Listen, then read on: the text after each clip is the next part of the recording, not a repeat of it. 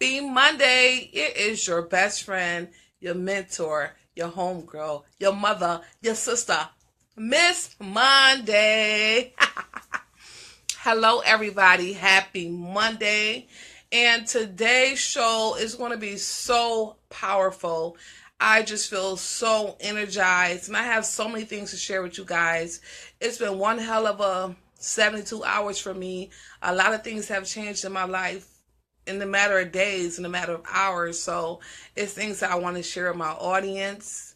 Finally, for the first time ever, I do not have to move away from the camera to share my video to my other pages. Now I could just go like this and I don't have to leave the camera. I hope everybody had a wonderful weekend. My weekend was emotional. It was inspiring and it was life-changing. My weekend was very serious and I appreciate it. So please stay tuned. If you know anybody that could use a message or a good word or some motivation, encouragement, share this video, tag them in this video because it's going to get deep. And I'm going to tell you right now, bring some tissue. Wait, let me just tell this real quick before I share this video. Every time, I say every time because I make more than one video a week.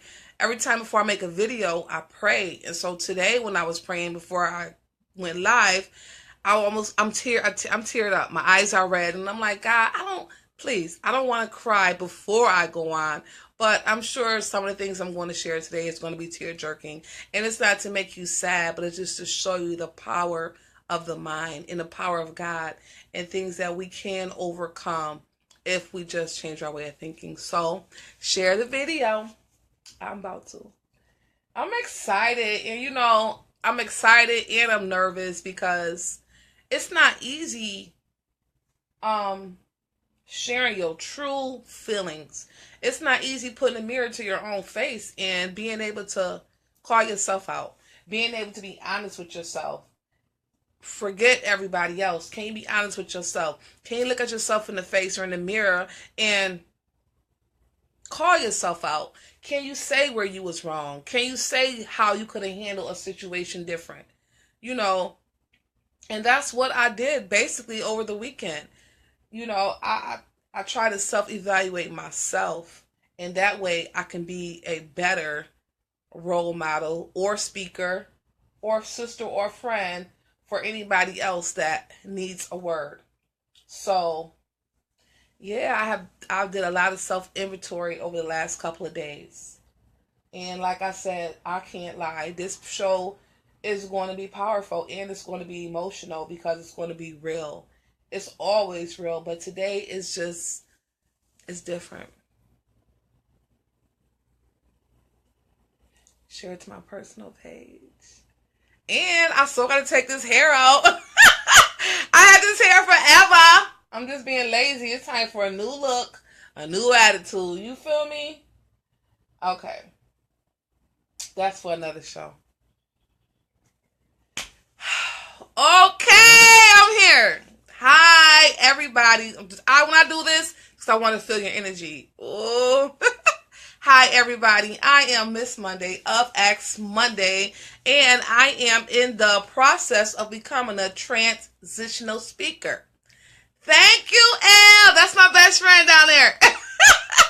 Yes, my best friend for over 25 years. I can't believe it. We are getting so old, but that's my best friend. I love her to death. But, so, what was I going to say? I'm not sure, but this is what I'm going to start with.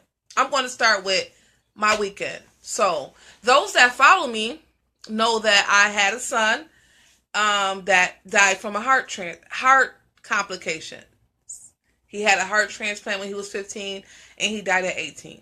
So, his birthday was yesterday. Every year, I try to do something in remembrance of his life. So every year, my family and I get together. We even have a party. We go out to dinner. We do have a balloon release. We do something symbolic of his life.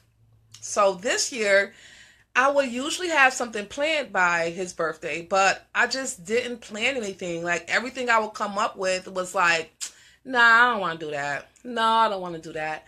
I don't know. Well, now I know why I felt that way. So usually me and my other two children are always together.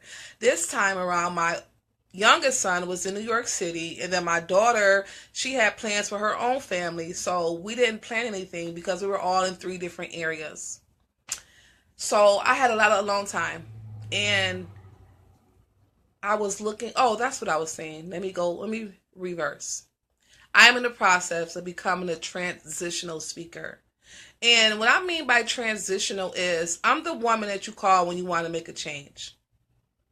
I'm not the woman that you call when you want to complain.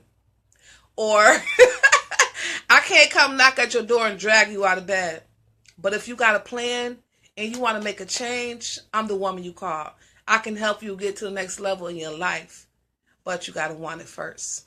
So that goes back to my point. So I'm spending my day and alone because, like I said, the children weren't here. And I was looking at Lisa Nichols, who's actually a transitional speaker too, somebody I look up to. And she was just making a point saying that if there's something you want to do, just do it. And she was just saying whatever she said. I don't know her exact words, but it sparked me. It sparked me to write a book in the memory of my son. Now, I've always been a writer, but I haven't been inspired to write in a long time. And it was so painful and it was gut-wrenching. And I cried on every page. Every page is, this is my book that I wrote my book in. And you can't see it, but every page is tear stained. I wrote 7 chapters in less than 24 hours. I spent 6 hours typing up this whole book from the front cover to the end cover, and now it's done and packaged, and it will be going up on sale. The title of this book is Happy Birthday, and it brought back so many emotions for me, but it allowed me to be honest with myself, and it allowed me to let any guilt that I had about his death go. And some things I didn't even know I was holding on to. But once I began to write this love letter, it just released so much for me. And it just really helped me get through his birthday. And not only that, it's something that you can do. It's something, you don't have to write a book, you can write a letter. Have you ever had a lost someone, and you always felt like you wanted to say one more thing to them? Or if I just could have told them this one last time, you still can. Get out a pen and paper and write them a letter. Write down all your feelings. Write down the good and the bad. Be honest with yourself. Write them the most honest letter that you can think about writing, and you will see a burden will lift off your shoulders. You will see that the guilt is not longer there and the pain is not as critical because you feel like you said your last words and you said your goodbyes. And not only that, now next year when his birthday comes, I'm going to be prepared. I'm going to want to outdo myself. Like, I'm glad that I wrote that book, because it's going to be like every year, instead of dreading his birthday or dreading the day that he died, it's going to give me something to look forward to, because each year I'm going to try to outdo myself. And I am going to read it's not a chapter, it's like a paragraph out of my book called Happy Birthday. And I hope you guys enjoy it. It's probably going to take like 5 minutes, but I did want to share a piece of my book that I've been working on. Well, the book is completed. I can't believe it. I'm like, that ain't nothing but the grace of God. For one, I haven't typed in so long, and to type 7 chapters in a couple hours, it was a lot for me. So this is what I'm just going to give a little background on my book. The chapter I'm reading now is it's 7 chapters. I want to say this is like the 5th chapter. But this is how my book breaks down. I talk about the beginning when my son was born. I talk about him growing up. I talk about when we found out it was time for him to have a heart transplant. I talk about how we relocated and went to New York City for 3 months to wait on a list for a heart. I talk about when the heart finally came. I talk about his recovery after his heart. Then I talk about the night he died. And I talk about the funeral. And then it's the letter. So it's a process. And I wanted to, even though it's a love letter to my son, I still had to give the background, because I want people to know him as well and what type of person he was. And you hear my voice cracking already. If I cry, don't feel sorry for me because I'm not crying sad tears. I'm crying because it gets emotional and I miss my son. But I'm not crying because I'm sad. I'm not depressed. I'm crying because it's a touchy subject. So, okay. So this particular chapter was the night he died. And when I arrived to the hospital, he was there, he was well, and he asked me to take him to the bathroom. So this is where it starts. It says, well, maybe I can move my camera. I don't know how drunky my room is. That way I can look at the camera and still read, okay? Because, excuse the glare. Okay, so it reads this way.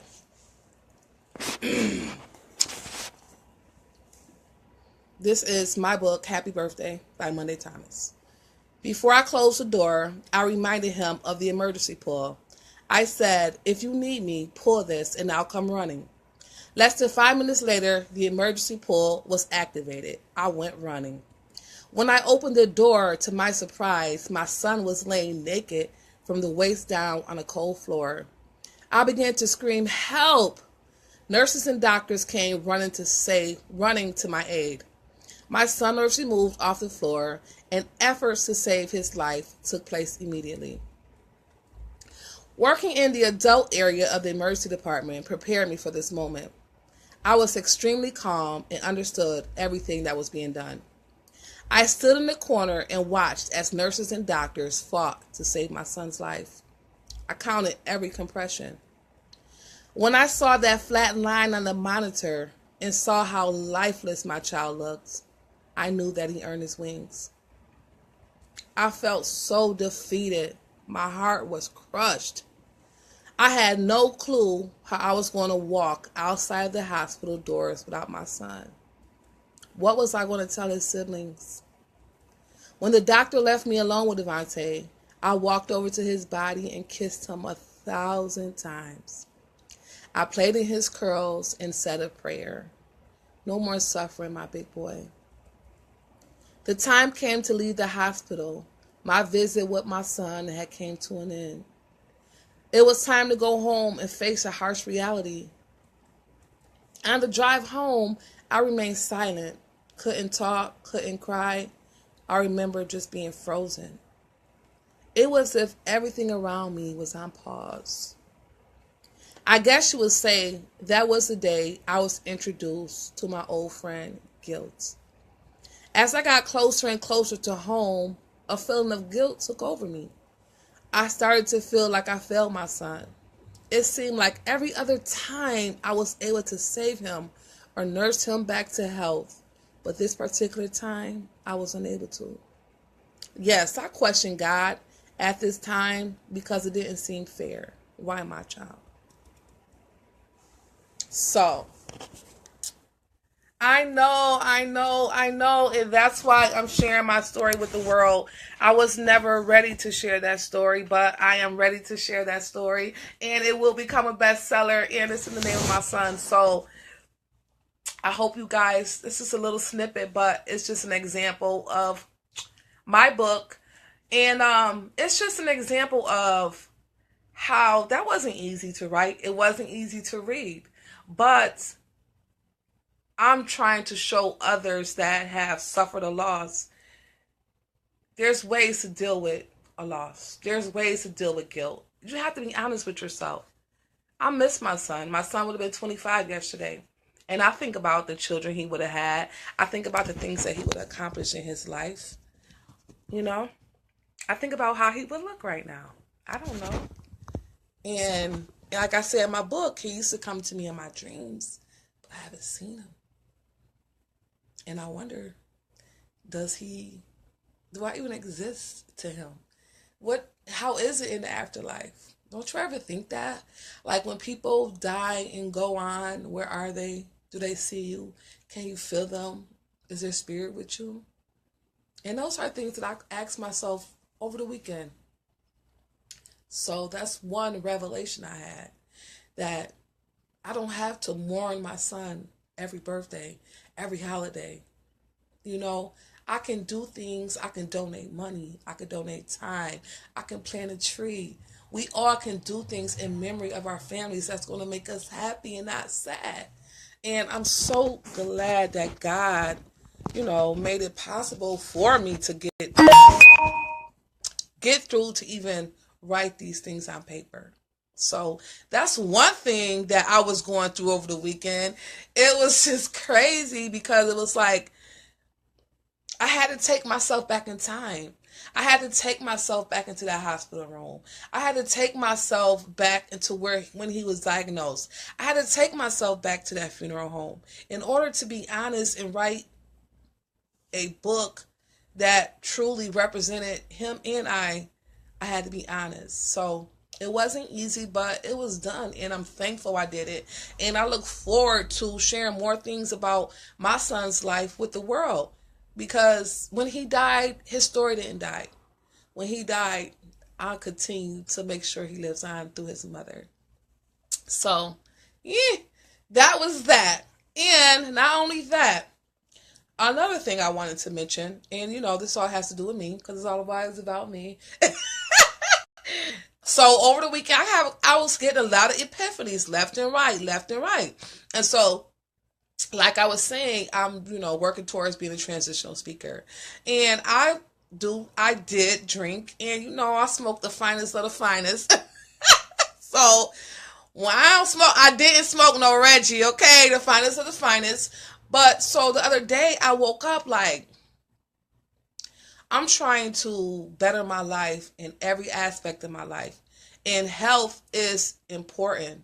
Health is important. So I said, well, if I want to be healthy, if I want to live a long life, I can't continue to consume things into my body that will subtract from the longevity of my life. So I said, Monday, you going to keep smoking and drinking? Or you going to get your shit together? I said, well, you know what I'm saying? Make a long story short. Now, like I said, I wasn't smoking the bullshit. Threw it away. Got rid of it. I don't need weed. I don't need liquor. I need to fill my cup up with the truth. I need to fill my cup up with strength. Nothing. Because I'm trying to transition myself. And I want to be able to tell others that you got a drug and alcohol problem, you can beat that. I did it. You got a weight problem, you can beat that. I did it. You feeling guilt, you lost a child, you can beat that. I did it. I want to be an example of what I hate that doorknob was right there, but I'm crazy. I want to be an example of what I preach. I want to practice what I preach, and I want to die on E. I want to do everything that I felt I never had the strength to do. And staying away from alcohol. Oh, thank you. Staying away from alcohol and drugs. It reminds me that the power is within. And I don't need to get high or get tipsy to be happy. And when you take something out of your life, just replace it. I'll replace it with meditation. Here's one of my books right here. It's upside down.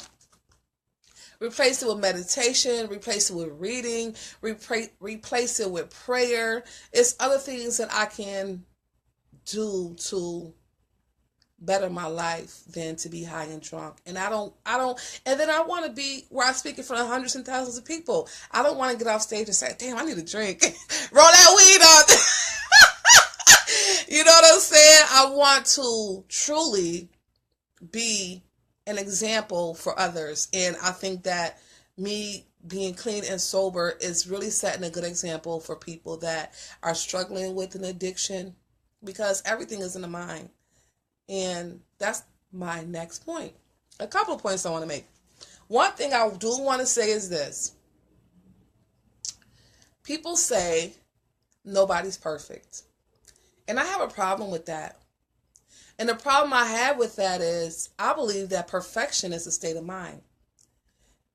I would rather assume I'm perfect and be shown otherwise than to not assume I'm perfect. Because I think that when It's a fine line. You got people that think they so perfect they're higher than God. Then you got people who feel they so imperfect that they have a low self-esteem. I don't know why society tries to teach us not to pat ourselves on the back. Don't get cocky. Don't get confident. Don't get conceited. Why not?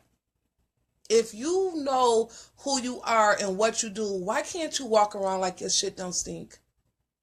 If it's not offending anyone, if it's not offending God, you don't have to be rude. But if we can walk around with low self-esteem, why can't we walk around with confidence? Because others feel uncomfortable? Because they don't feel that way about themselves? And the best way to build your self-esteem is through self-improvement. I haven't always been confident, but the more I improve myself as a person from the inside out, the more cockier I am becoming. Because I know what it took to get there. So for me, perfection is a state of mind. You can walk in your own perfection. You can't perfection is like success. You can't measure the next person's success. Success is personal, and it's the same with perfection. If I feel like I'm perfect, that's me. That's my business. That's the walk I want to walk in. And we need to stop discouraging people from feeling confident. It's okay. If you concede it, it's okay. I would rather a person be full of themselves than to be critical of themselves. And I have been, well, you know what? It's been a year and a half that I've been studying the law of attraction. And I must say that it's deep. And it's changing my life. And it's important because to me it's essential. It's something that would change a person's life. And I just wanted to share a couple things. I got 100 things written down, but I want to say this about myself. Okay? So, like I said, I've been studying the law of attraction, and you are what you think. If you look around yourself right now, if you look at where you live, if you look at where you work, if you look at the type of person you date, it's all manifestations of where your mindset is. So, once I read that, I looked at myself first, of course, and I said, well, damn, my mind, over the years, I wrote it down too. I wrote this down last night, and I said, my mind has created false fairy tale relationships with people that I really didn't like. My mind fooled me into thinking these men were the answers to my problems. Time and time again, I allowed my mind to take me down the path. And now that I'm applying the law of attraction to my life, I'm seeing things clearer. I guess I've just always been the type of person that I would meet a man and my mind would create some fantasy like this guy is the one, and I don't know I don't know what be on my mind. And then when I see it, when they show me who they really are and I might not like it, I get disappointed. I want to break up and I want to move on to the next relationship. Then I create a whole nother fantasy with the next man. And that's being honest with yourself. And I have to say, stop creating these fake relationships. Stop creating this fake desire to be with sometimes people you don't even like, but you're just going along with it. Because sometimes your mind can play tricks on you. And that's the realest that I could be with myself. And I'm not doing that anymore. And I even had this I got things all around my house like this, but I even had this on my mirror. It says, I am the master of my thoughts. And I mean that. Because sometimes your thoughts play tricks on you. You'll be sitting there, minding your business, and something crazy's pop up in your head. And that's when you got to say, no, not today. Not today, devil. I'm controlling these thoughts. If thoughts come in your mind that you disagree with or you know that's not right, correct them. Talk to yourself. I have no business thinking like that. I am the master of my thoughts. I'm going to change my way of thinking. I'm going to change what's on my mind. And another thing, and it's even in the Bible, another thing that I've learned in the last couple of days is when you curse people, you are so welcome, Tamika. It means a lot to me too, because it's like you giving me feedback. We're giving each other basically, and it means a lot to me. And that's why I don't care what's going on. I tell people that, can you go to dinner? You know I got my show at 3.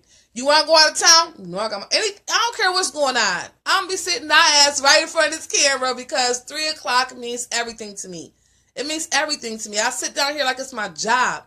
It's important to me. So, like I was saying, when you have conflict with people, don't curse them. Because when you curse people, you curse yourself. And it comes right back to you. So, you have to learn how to let things go. And don't let people control your mind or your emotions. I've had a problem with that.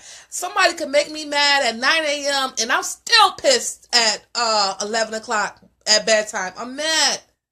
But why? Why am I carrying all this anger? Why am I cursing this person out? It never makes you feel better. I'm going to call this bitch and tell her off. Hang up the phone. Oh, yes. I told her a piece of my mind. But inside, it didn't make me feel better. There's no need to curse people out. There's no need to have enemies. And there's no need to have drama, because what you put out in the universe is coming back. It's coming back to you. So if you put out positive things, it'll come back to you. Now, let me tell you this story. So like I said, I've been studying the law of attraction. So, hi, Tiff. I love you too. See you when the weather get better. So I've been studying law of attraction, right? And so they said, whatever you think, you want something, you think it, and you get it, basically. So they said, start out something small like a coffee. I said, I'm going to do a steak because I wanted some steak yesterday. So yesterday I'm like, I want steak. And I just kept it on my mind just to see if this exercise will work. So I didn't get any steak yesterday, but guess what? I got a steak today. Somebody took me to lunch and I ordered steak. Even though that's a small example, the bottom line is you have more power than you think.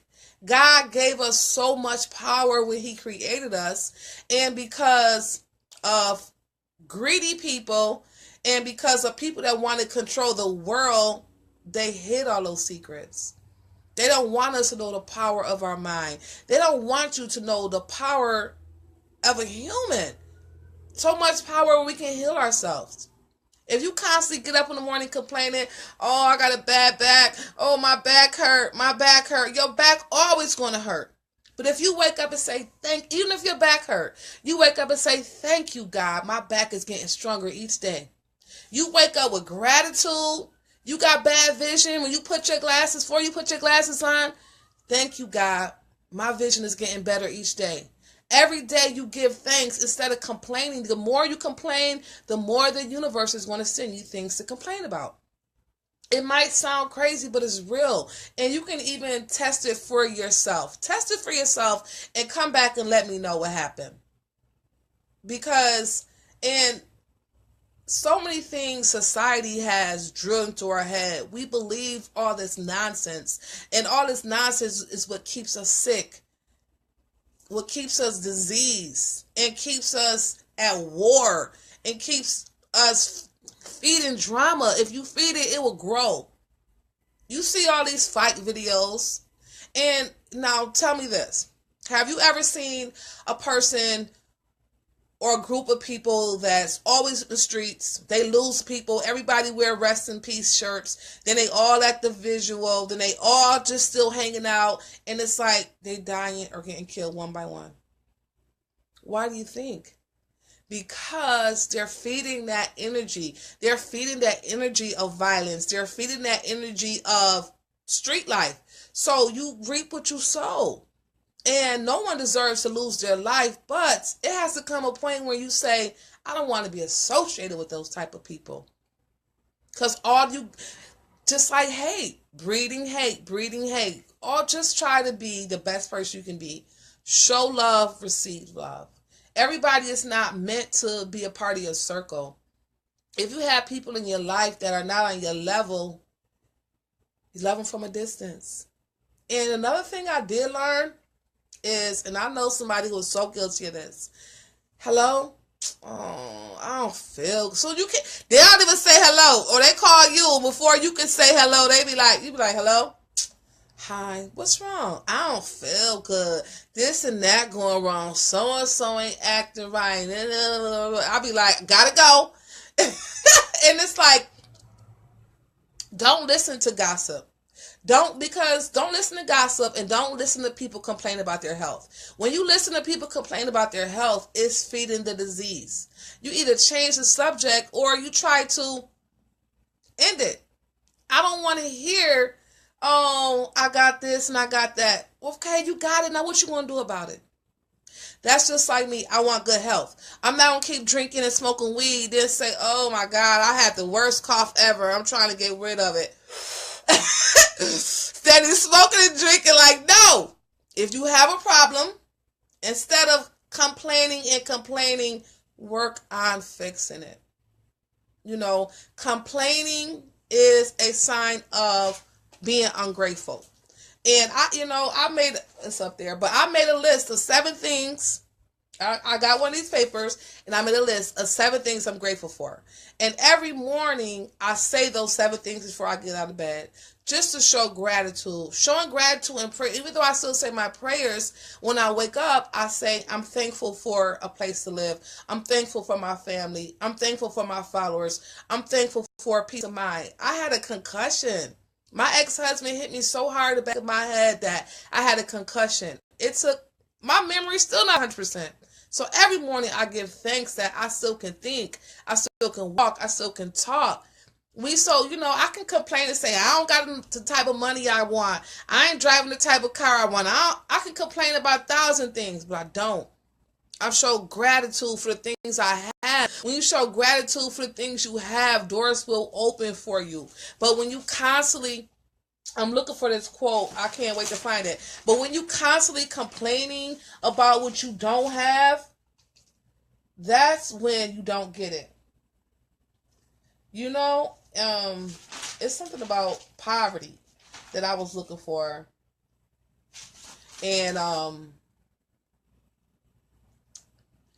change your thought, change your life. And you have to think more about what you want. So many times we so caught up what we don't want. I don't want this and I don't want that. The main things you're speaking against is coming for you. So you have to trick your mind. You have to let your mind know what you want. And those are the type of things that you want to attract. You have to be the master of your own thoughts. And that's like the end of the moral of the story.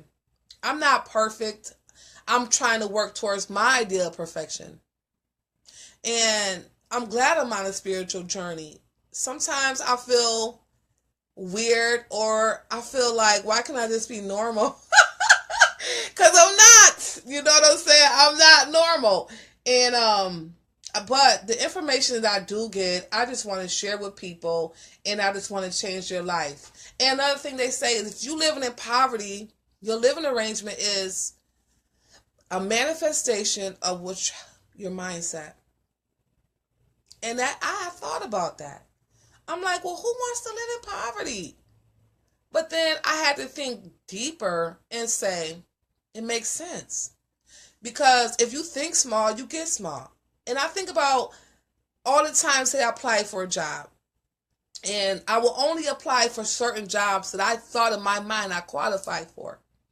But then there's people out here who apply for jobs that they have no qualifications for and they get the job.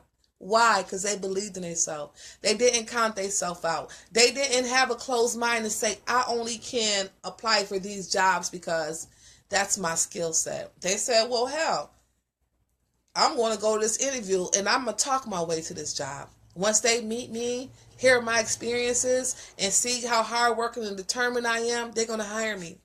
Now, that's a good mindset. And that's the mindset we should have for our life. When you see a house or car you might can't afford, don't tell yourself that. Don't say, I can't afford that. Say, now that's something I can work towards. That's something I would like to have. There's nothing that God put on this earth that we can't I want to say accomplish. I want to say accommodate that we can't achieve. You know, he didn't make different classes. God didn't say these are going to be the poor and these are going to be the rich. No. You decide if you're going to be the poor or if you're going to be the rich. And the way to decide that is changing your mindset.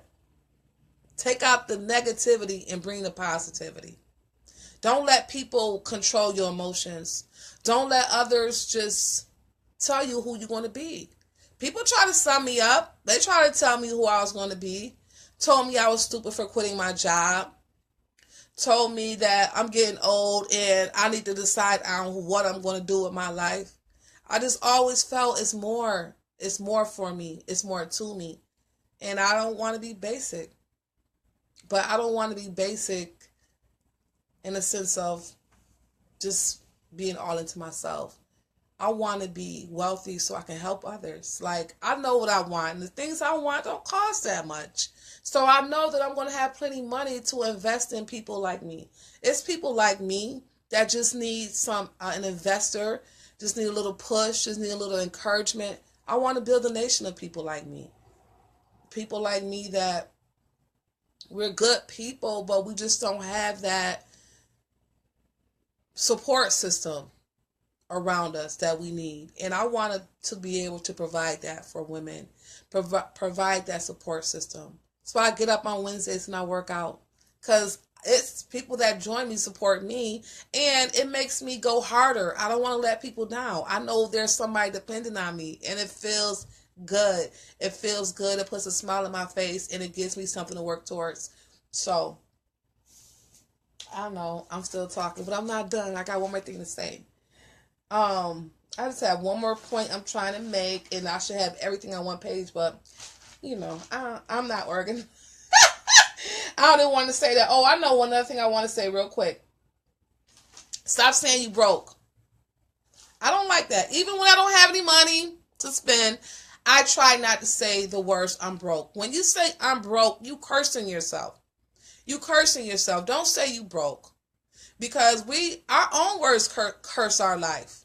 And that's why I don't like certain people to talk things in my life. Because people can curse your life too. I don't like that. You know, people go to hell. I hope you die. You broke. You a bitch. No, I don't want I don't want to hear none of that. Speak life into me. Speak positivity into me. And that's what I'm trying to do, because God knows words have power. Words have so much power. Or in thoughts. You ever thought about somebody and you'd be like, dang, I miss so-and-so. And they either call or you see them somewhere. It's not coincidence. It's because your words and your thoughts have power. Thoughts are on a frequency. And when we send out frequencies into the universe, they in turn reply. And it can reply to you in different forms. And that's one form the universe replies to you. Oh, you miss so-and-so. You want to see them. You want to hear from them. Let me send a kite to them subconsciously. And that person contacts you. So there's so many different ways you can prove the theory of the law of attraction. And the more I study, the more I'm going to preach it, because I think that that's the greatest gift God could give us. And it can change our lives. And it all starts with the mind. You are who you say you are. You are who you believe you are. It doesn't matter. Don't let wealth and fortune and fame measure who you are. If you feel you a winner, even if you sleeping on a mattress every night, on the floor, if you feel you a winner, you a winner. If you feel like what you working towards is bigger than that mattress, you a winner. You know, people get on Facebook all the time and try to down people. This person was at the bus stop. This person don't got this. Who cares? Who cares? Because at the end of the day, if you working towards something, you can be. It's people that's millionaires that lived out their car with their children, because they had a dream and they had faith and they believed in what they was working towards. And now look, the same people that laugh at them ask them for a favor. So if you in transition and you working your ass off to make something happen for you and your family, and you not living in the best conditions, so what? It's temporary. Your current situation does not dictate the rest of your life. It's temporary. When I come home and look at even though my surroundings is decent, it's temporary. I want a big house. I want 7-foot tall windows. I want 6 trees in my backyard. You know what I'm saying? I know what I want and I know what I'm working towards, so I don't let my current situation distract me from what I'm working towards. I don't let other people's opinion of me distract me from my goal. People say, oh, Monday been doing this for years. You should be a millionaire by now. You damn right. But it's not in your time and it's in mine. It's in God's. As long as I'm getting up every morning grinding for what I want, it's inevitable. It's inevitable. I know who I am and I know who I'm working to become. And I just want to encourage you. It don't matter what your situation is. Keep working towards something greater. But I'm going to tell you this too. You're never going to get rich working 9 to 5. I don't care how much money you make an hour. Well, you might can be in middle class, but think about it. Okay, say you make $20 an hour. That's not enough for me.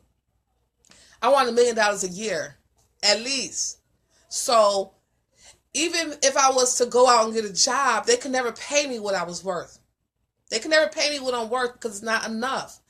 I work basically for free. But at the same time, I'm working towards something that's bigger than just a 9 to 5. That's bigger than a paycheck. They can't pay me what I'm worth. This is my job right here. So I hope everybody have a great day. I didn't cry, and I'm so proud of myself. And that was just a couple of things that I just wanted to get out there because I'm all over the place, really. But I had such a crazy last couple of days, and I came out on top. I'm smiling. I'm shining. I'm happy. And I'm going to continue to change my life. I'm going to continue to change my way of thinking. I'm going to continue to touch the lives of people around me because that's where the energy comes from. Every great person I study, they teach me the same things. Let me tell a quick story about Oprah, and then I got to go. So, I've watched Oprah's show over the years, but I never really knew her personal life. I never knew where Oprah came from, and, I just never took the time to know her as a person. So last couple of days, I've been looking at some of her speeches. For one, a fun fact about Oprah, I didn't know, she told a couple stories. I'm going to tell a couple of myself, but here's one story she told. She said when she was 17 years old, she worked as an anchor in Tennessee, and she had a strict father. And she was a 10 o'clock anchor, and her father would tell her to be home by 11. And she's like, Dad, how am I going to be home by 11 and I'm the 10 o'clock anchor? He's like, I don't care. News over at 10:30. Make sure you're home. And she said she was home every day by 11. And I just thought that was so funny because you're thinking, I'm a news anchor. Everybody is seeing me. I'm 17. I'm almost an adult. And you still got a curfew. I thought that was funny.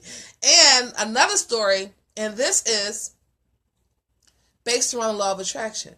So she said when she met the first rich person she had ever met, she went to their house. And she said she noticed they had trees in their front yard. So she's like, oh, they fancy. They got trees in their front yard? We don't have trees in our front yard. So she said when she got in the house, she happened to look out the kitchen window. And out the kitchen window, she seen 6 of the biggest trees in her life. And she said, she was like, when I get my money right, I'm going to have me a house with 6 trees in the backyard. So she said recently she was looking outside of her California home, outside the window, and she counted 6 trees. But the catch is this. Beyond those 6 trees, she said it was 3,604. And she said, you know how I know? Because I had them count them. And I said that to say this. You don't know what God has in store for you. Your mind can think 6 trees and God can be thinking 3,000. 3,000. Now, she would have never thought that these years ago. But she kept working to see those 6 trees. And now look. So, your 6 trees is somewhere out there. It's going to be 6 trees magnetized. Don't give up. Stay positive. Keep a positive mindset. And for those that do you wrong, let God handle them. Let the universe handle them. Don't get upset. Don't cuss nobody out. And work on your temple. Work on here. Because listen, when I say y'all, I done got that check, meet me on the beaches, and I'll put everybody on that plane. I don't want to hear no excuses. So I'm going to need everybody to work on their dreams so we can all meet up at the same time, at the same place, and ball out. Okay? That's my dream for my viewers, and that's my dream for myself. Let's all work towards something, and let's all meet together. Let's all have a millionaires meeting in a few years or 12 months. That's what I'm shooting for. I love y'all. Thank y'all for y'all time, your comments, your compassion. It feeds me. It encourages me. It makes me want to be a better woman. It makes me want to practice what I preach and walk in truth and be honest. And it's just one more thing. I'm going to be 41 in June, right? And I say, you know what? This year, I'm turning 1. I'm not turning 41. I'm turning 1. This is my first year of my new life. Oh, I love the hearts. This is the first year of my new life, with my new attitude, with my new body. So I will be 1 year old June the 12th, and I'm looking forward to that. And I'm ready for a new start, mentally, physically, spiritually, emotionally. God, thank you for always covering me and covering the ones I love. I gotta go. Have a great Monday.